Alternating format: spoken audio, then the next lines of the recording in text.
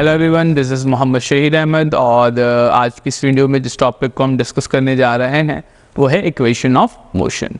तो हमारी video start करने से पहले एक छोटी सी इन्फॉर्मेशन, हमारे चैनल को लाइक करें, सब्सक्राइब करें, बेल आइकन को प्रेस करें ताकि इस तरह के आने वाली वीडियोस की नोटिफिकेशन आप तक पहुँचती रहे। शुक्रिया। तो आज की इस वीडियो में जो हम टॉपिक डिस्कस करने जा रहे हैं वो है हमारा इक्वेशन ऑफ मोशन, जो कि हमारी प्रीवियस वीडियो से थोड़ा रिलेट करता है।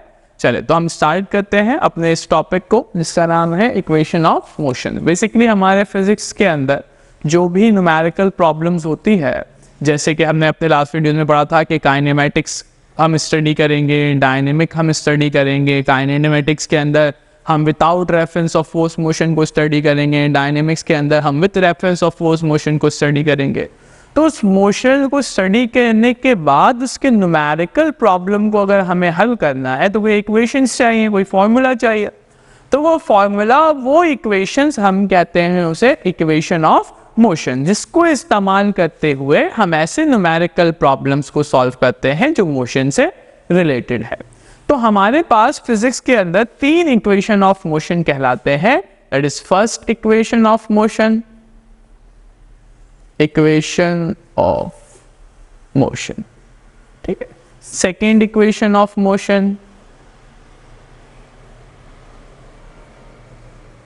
और हमारे पास थर्ड इक्वेशन ऑफ मोशन।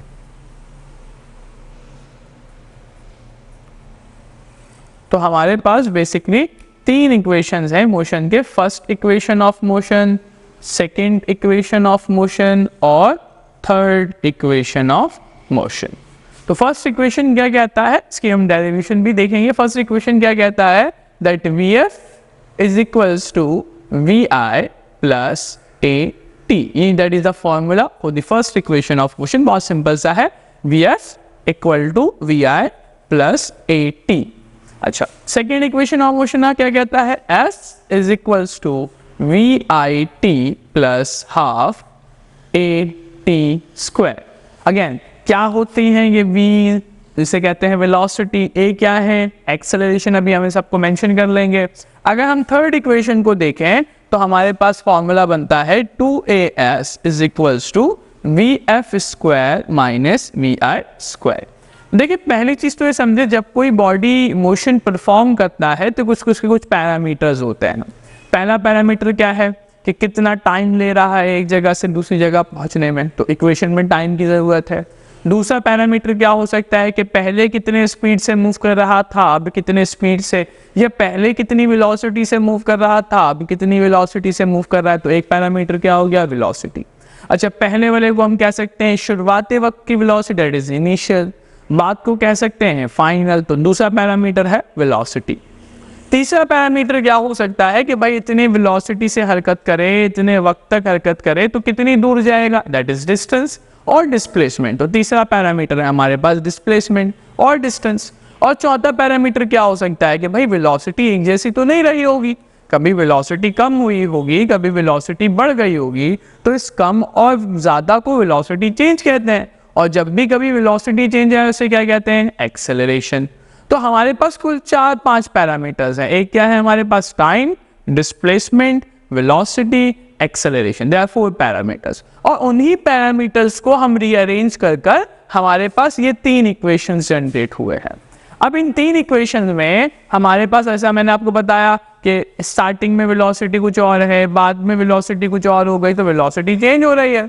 तो हमारे पास Vf जो चीज है वो कहलाती है फाइनल वेलोसिटी। Vi क्या चीज कहलाती है, इनिशियल वेलोसिटी, ठीक है। और हमारे पास A क्या चीज कहलाता है, A हमें दिखाता है कि दैट इज एक्सेलरेशन। एक्सेलरेशन क्या होता है, चेंज इन वेलोसिटी। अब वेलोसिटी की अलग अलग टाइप्स हैं, एक्सेलरेशन की अलग अलग टाइप्स है, जो अपने पिछली वीडियोस के अंदर डिस्कस कर चुके हैं। तो देखें, velocity, final velocity, Vi initial velocity, A acceleration, T तो आप सबको पता होगा क्या चीज होती है, टाइम, और S यहाँ पर डिस्प्लेसमेंट को जाहिर करता है। और फिर हम इन्हीं को रीअरेंज करते हुए हम ये तीन इक्वेशन ड्राइव करते हैं, फर्स्ट इक्वेशन, सेकेंड इक्वेशन और थर्ड इक्वेशन।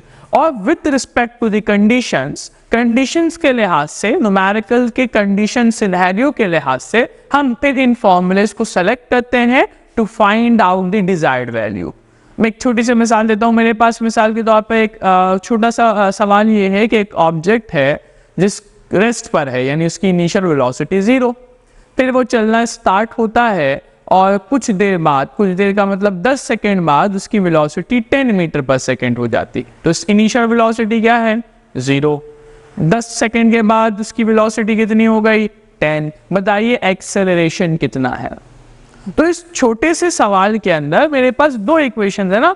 अब देखिए, इन इक्वेशंस को हम इस्तेमाल नहीं कर सकते। क्यों? क्योंकि इसमें डिस्प्लेसमेंट का कॉन्सेप्ट आया है। डिस्प्लेसमेंट का तो हमारा लेना देना ही नहीं है।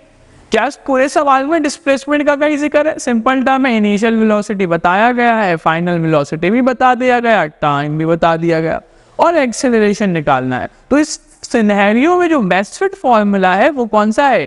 Equation number 1। तो हम इक्वेशन 1 इस्तेमाल करेंगे, अपनी डिजायर्ड वैल्यू को कैलकुलेट कर लेंगे। तो ये जो हमने पढ़ा है that is equation of motion. ठीक है, तो उम्मीद है ये इक्वेशन ऑफ मोशंस की छोटा सा इंट्रोडक्टरी पार्ट आपको समझ आया होगा। तो वीडियो खत्म होने से पहले एक छोटी सी इन्फॉर्मेशन, चैनल को लाइक करें, सब्सक्राइब करें, बेल आइकन को प्रेस करें ताकि आने वाली वीडियोस की नोटिफिकेशंस आप तक पहुंचती रहे। शुक्रिया।